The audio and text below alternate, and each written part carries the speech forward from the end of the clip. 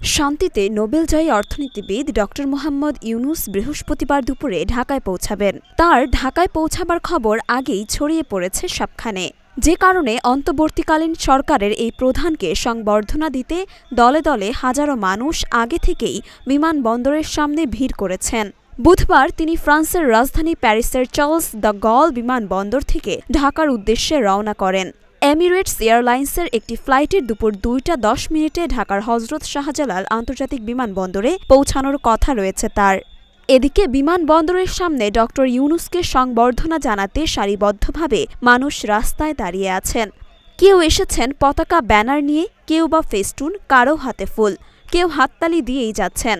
শুভেচ্ছা স্বাগতম স্লোগানে প্রকম্পিত হচ্ছে পুরো এলাকা। রাজধানীর উত্তরা থেকে বেশ কয়েকজন শিক্ষার্থী অন্তর্বর্তীকালীন সরকারের এই প্রধানকে সংবর্ধনা জানাতে এসেছেন বিমানবন্দরের সামনে।